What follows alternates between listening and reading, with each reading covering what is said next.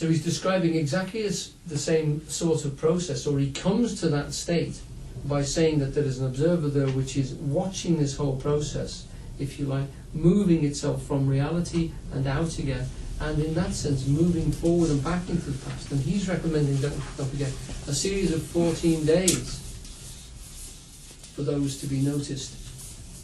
He does recall things which he did get from much earlier than that, years previously, dreams of things that happened in his childhood, and predictions that didn't come true.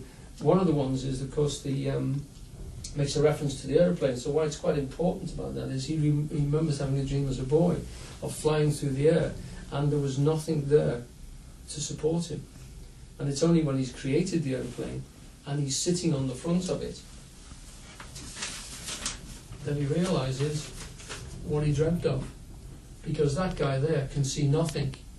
He's just on a seat that's flying through the air. Now he makes a reference to that. He said, but I ruled that out as being a contender because it's 20 years before I actually did anything about it.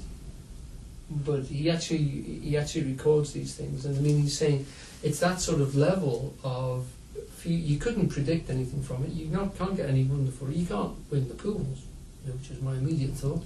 You can't do anything like that with this sort of reference. But what you can do is you can start to get significant sort of glimmers that you are much more than the simple everyday guy who is trapped in that now, and that now starts to become rather vague.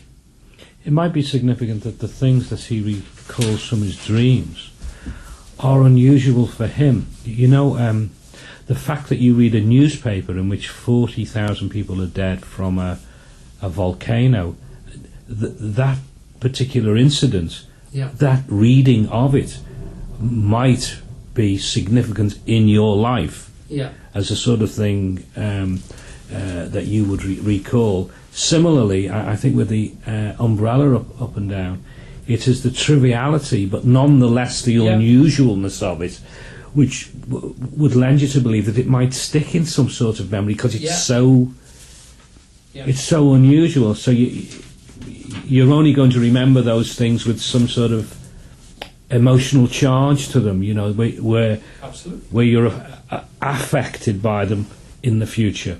He does discuss that as well, Bob, because the other thing which comes out to him is maybe that's why it's easier to unpick them. Yes. They sort of stick out in the pattern of the weave, if you understand. One which he describes beautifully, which he couldn't understand at the time, was he actually had a very distinct image of a ladder which he's climbing, and the ladder's going up to nothing. It's not against the building. He writes it down, and about a week later he's out hunting with his friend, obviously. Like you do. Like you do. I give you the impression of this sort of gentleman of leisure here. And they come to a house which is still in the process of being built, and they're looking for birds. And his pal says, well, we go up on the roof, see what we can see. And they go inside, and there's a ladder. Now, the ladder is not against the wall, the ladder's against a rafter, which is just a bar going across. And his mate goes up it. And as he comes over to it, he notices it's not a real ladder. And the thing in his dream was, the rungs of the ladder were not round, they were square. Now, you don't see a square rung ladder at all. They're all round, especially wooden ones. You might, Anyway, the story is that this ladder was a contractor's ladder. It's obviously been made, and it had square rungs. And immediately he saw it. It brought back the dream. And again, so it's little details like that which unpick. Now, had it been a normal ladder and he dreamt about it, it wouldn't probably have stuck out in his memory as much in his recording of it. Yeah. Because he says a lot of the problems are actually unpicking it. And something which doesn't seem significant at one point starts to become more significant later on. And you will ignore something because you didn't actually dream exactly of a fountain, but you did dream, say, that your boots got wet, and that actually later on that day, because you've been standing next to a fountain, you did have to clean your shoes or something. That's my invented thing, but there are things like that which he's constantly trying to get you to notice that are happening in your dreams. But there's another guy which I've read a lot of recently called Russell Targ.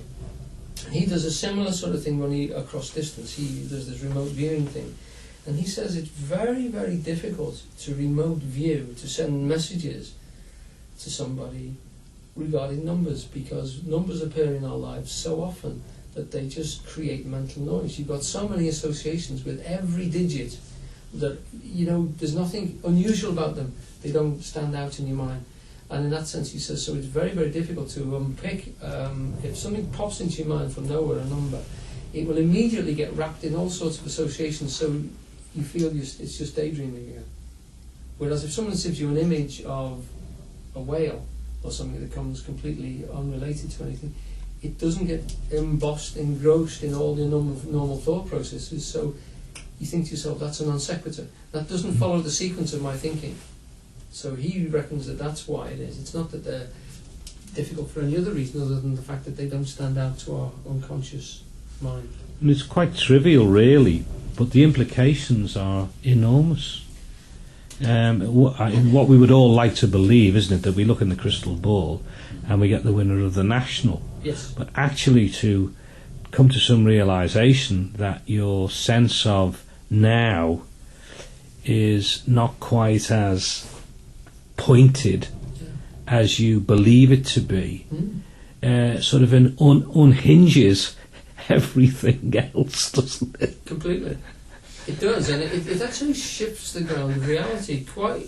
I mean, yes, that's which is what he's. You can really feel him sort of struggling not to go into these realms of the airy fairy, and trying to keep his engineering hat on and record what's going on. But every now and then he gets excited, and then he sort of pulls it back and says, "Yeah, but I can't be sure of that because this, and this could have happened." Like with the watch, he doesn't jump to conclusions about the watch. He says, "It's probably that I noticed it wasn't ticking, and that's what caused the dream." He doesn't assume that he dreamt about his clock watching and it had stopped. He looks at it the other way and thinks, "Well, no, the presence of the tick might have unconsciously programmed my dream."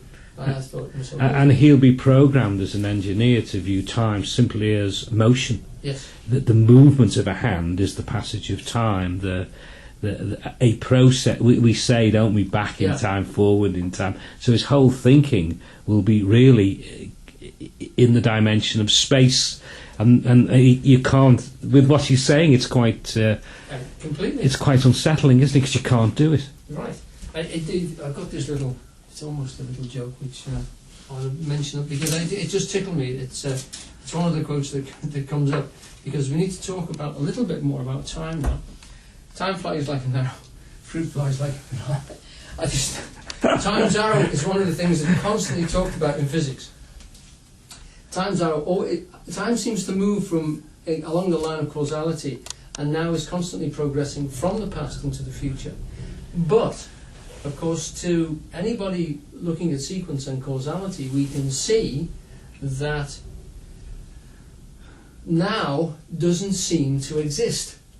We know when you look back over your past, it's a whole series of nows, and this movement across, if the universe is completely logical, should know it works like a great machine. This is like a beam of light travelling along it in one particular place. Now, physicists, and looking at the very basis of atomic reactions, will now say, well, for an atomic reaction, they can move that way, or they can move the other way. You can unmake most reactions as well, because the atoms that are never destroyed in that sense, so that most processes can be seen as a two-way process, so they can move backwards as well. The time's arrow then becomes a philosophical point. It becomes something which is apparent to us, almost like an illusion, which is very, very difficult to break. I'm caught by this because I remember Eugene used to say that causality to the Indian metaphysicians meant that the same thing was happening all over. That we talk about the long body. They have a concept in Tibetan which is the long body, and that is that we human beings think of ourselves as that sort of thing.